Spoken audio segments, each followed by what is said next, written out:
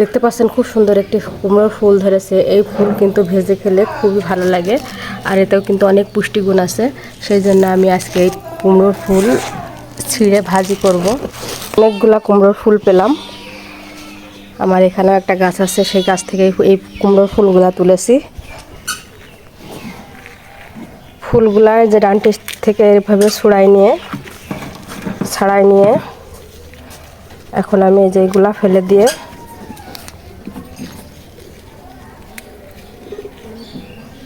এখন আমি পরিষ্কার পানি দিয়ে ধুয়ে নেব। এই ভাজিটি যদি এর ভিতরে অনেক পিঁপড়া দেখছি।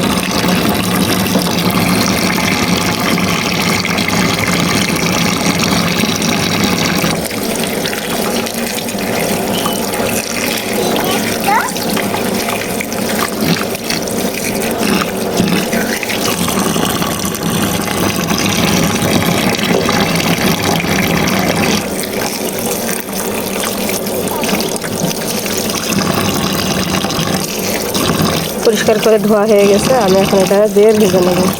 এটা কি দিয়ে ভাজবো সেটাই আপনাদেরকে দেখাবো। এটা কিন্তু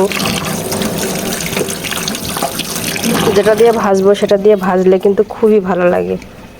চাউলের গুঁড়া, লবণ, শুকনো মরিচ দিয়ে এটি ভালো করে খাই নেব। পানি দিয়ে দিচ্ছি। পানিটা কিন্তু একবারে বেশি দিলেই হবে না, অল্প অল্প করে দিতে হবে। তা আমার একটু বেশি হয়েছিল পানিটা। তো আপনাদেরকে দেখানোর চেষ্টা করছি কতটা ঘন হয়েছে ব্যাটারটা। ব্যাটারটা একেবারে পাতলাও হবে না, একেবারে ঘনও হবে না, ঠিক সেরকম।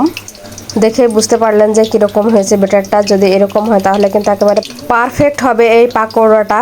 এপিট ওপিট করে ভালো করে আমি একটু এর ভিতরে চুবাই নিচ্ছি। এরপর দিয়ে দেবো তেলের ওপর দিয়ে মশমশা করে ভেজে নিলেই হয়ে যাবে পাকোড়া। অনেকেই জানে না যে এটা কিভাবে ভাজতে হয়।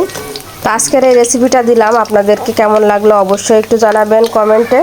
অন্যকেও দেখার সুযোগ করে দেবেন। তা আস্তে আস্তে আমি পাকোড়াটা ভেজে নিচ্ছি অল্প আছে।